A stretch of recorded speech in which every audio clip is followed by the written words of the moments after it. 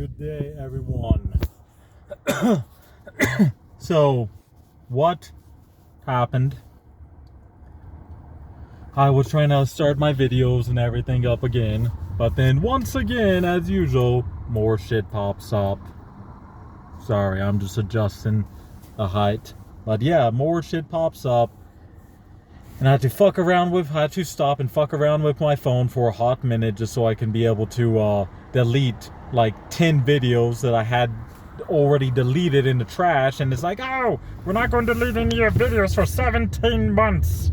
I'm like, you're fucking joking. I deleted it for a reason, so take it off my damn phone. But yeah, okay.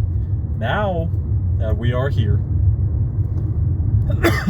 Now let's have another Big Dick Warhammer talk.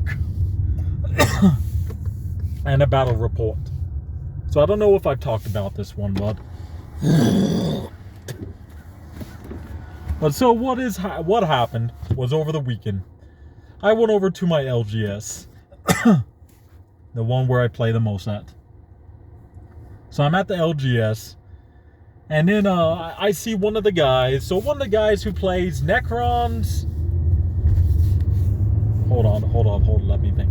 Necrons, Marines, and Knights. He's mostly a Knight player, but he does have like a few thousand points of like different armies. So I was playing against his Marines. He was like his Marines, he doesn't know which chapter to really go with. Is like his Marines are very uniquely looking, like seriously. If you look at his Marines, you would think it's like, dude, that is Thousand Sons, straight up. But he uses loyalist models, and he plays loyalist lists. So the joke I was telling with is like, dude, what you should do is like all the cork bases you have with your guys, you should paint them. You should paint them all purple, and then go looking around for like little baggies, like tiny like model size little baggies and like some paraphernalia like a bong and some pipes, because come on, dude, you said that the warp touch, so they have to be doing warp dust. Yeah, it's a little drug reference, which was kind of funny. Little weed reference. Ow. Especially here where I live, weed's legal, so everyone here can just do the weed, no problems, no issues, nothing really. But yeah, back to the reports. Is that so he had them. So he's playing his Marines. He had one Redeemer and one Contemptor Dreadnought. He had a chaplain on a bike. And he had 2 units, 5-man units of the Infiltrators, I think that's what they're called. Infiltrator Primaris Marines. The troop choice ones, and then he had one choice of the basic intercessors. Okay, I was playing my Ravenwing. So I had 3 speeders plus the Huntmaster, and I had 2 groups of like 5-man groups of bikes with an attack bike, and everyone was rocking Melta galore. And then, so playing Dark Angels Ravenwing. Like, I wanted to go second because I know with a new little ability that we got, Dark Angels got, is that it's like, oh yeah, Deer and Devastator Doctrine, the first turn, you get to move 3 inches more, and you get to have 3 inches extra on your attack for your weapons, or heavy weapons. And I'm like, oh, that ain't too bad. So the 3 extra movement is what kicks some ass, was that he wanted me to go first. Because he wanted to roll off. So I went first. I also did tell him is that I want to go second just because of the doctrine and everything. So we knew exactly everyone's list and how we were going to play it. Just because it's a 1,000-point game. 1,000-point game, and with 5 objectives on the board, like evenly spread out, and we're just taking it easy. And it's more of a casual game than anything. No tournament, no screwing over the people, no gotchas, crap like that. And it's like, okay, I can deal with that. I can do that. I am happy with lists and things like that. So he wanted me to go first. And especially during the Devastator Doctrine with the Dark Angels, is that they're allowed to advance, shoot, and charge that turn. Which is like, dude, that's actually badass. I like that a lot.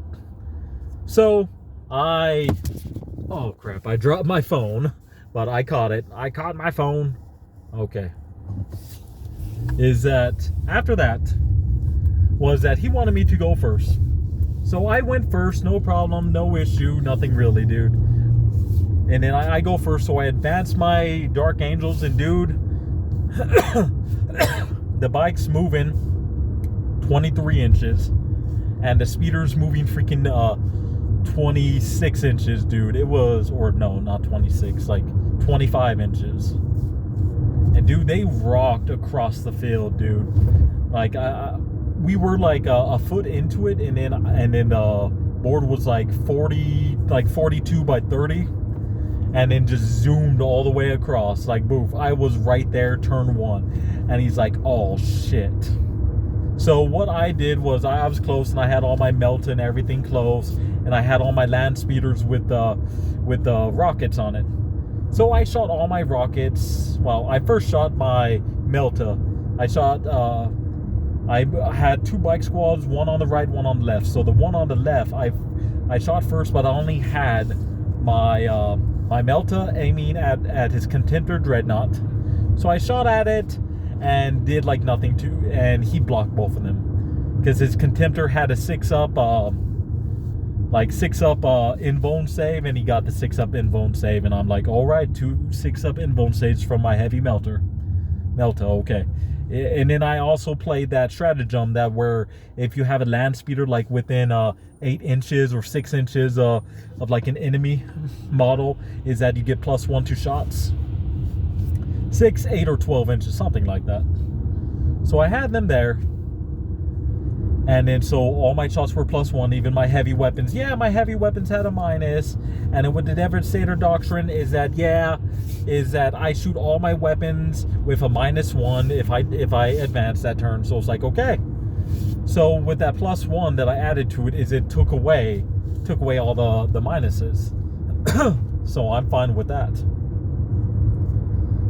Because that land speeder was just like perfectly propped right in the center of all of his units, and they were all within range. And it's like, oh hell yeah, I can really do some damage there. So I popped one of my Meltas into there, and then the other Dreadnought, the Redeemer, or the Redemptor, is that it was there, so I shot my 2 regular Meltas, actually 3 regular Meltas, because the Sergeant had one also. So boom, into that one. I dealt like 4 damage to it because it had a feel no pain also. And it's like, all right. I thought I was going to deal more, but you saved it with some with the invulns, and then some with the feel no pain.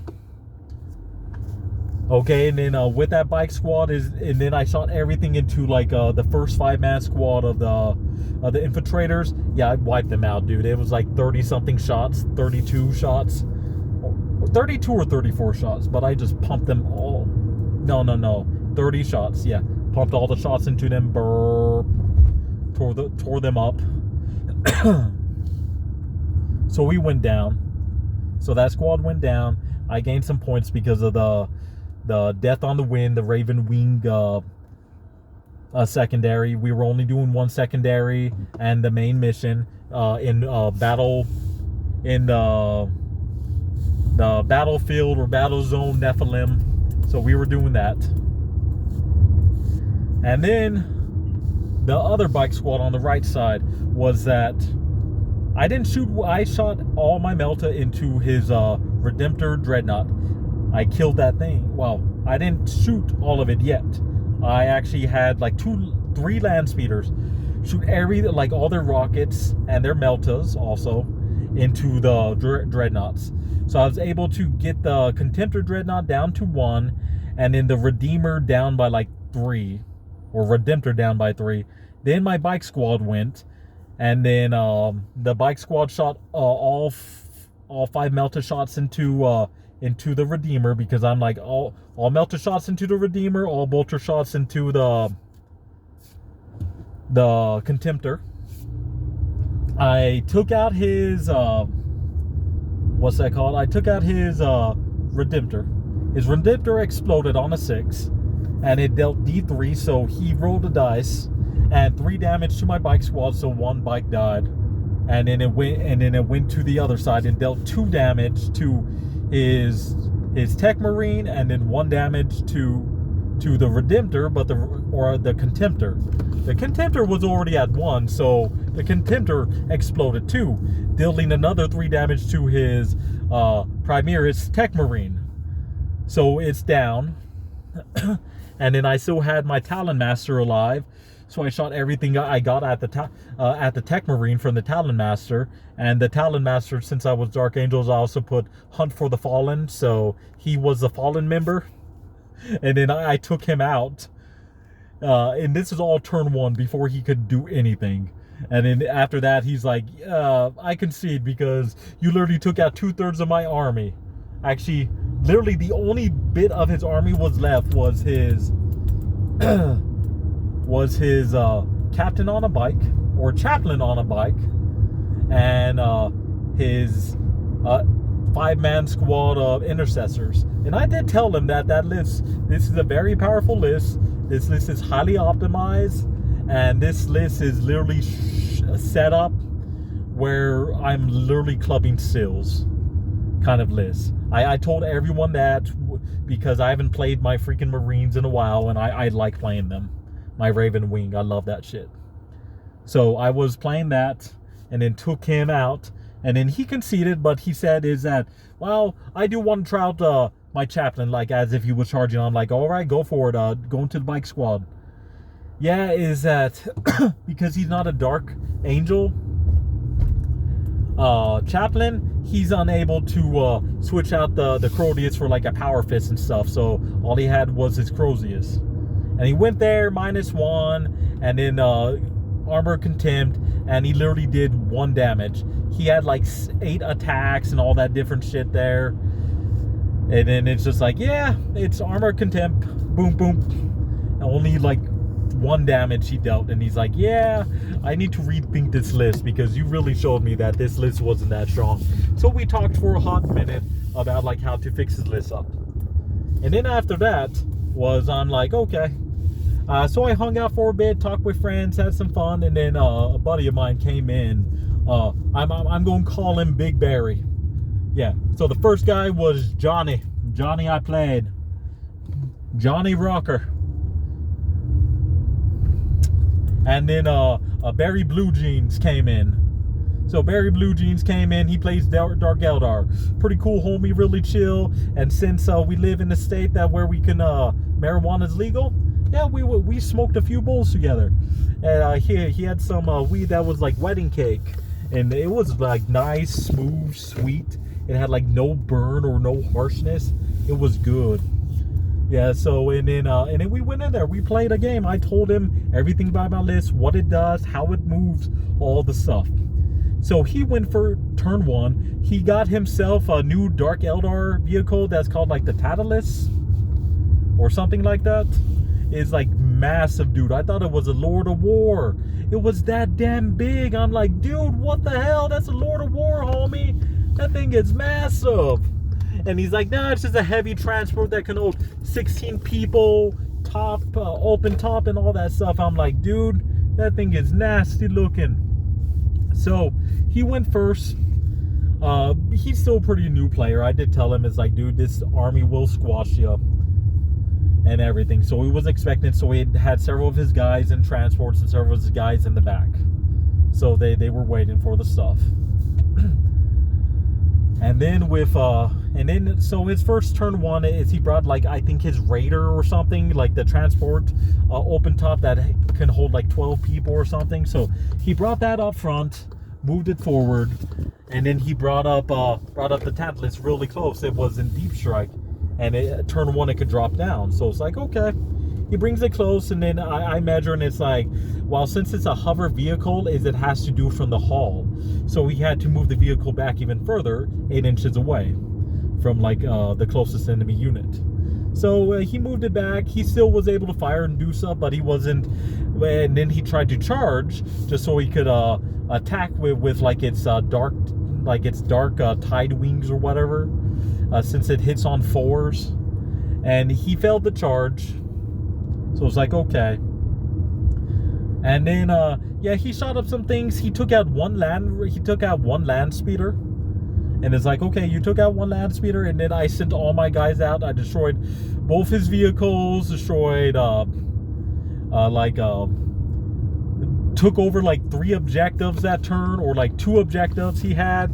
I charged into like a dark or like into his furthest back line, like Dark Eldar unit, where they had some extra, what's that called, where he had them in cover, where they were taking like one of the back objectives, charging to them, took them out, and it was able to open up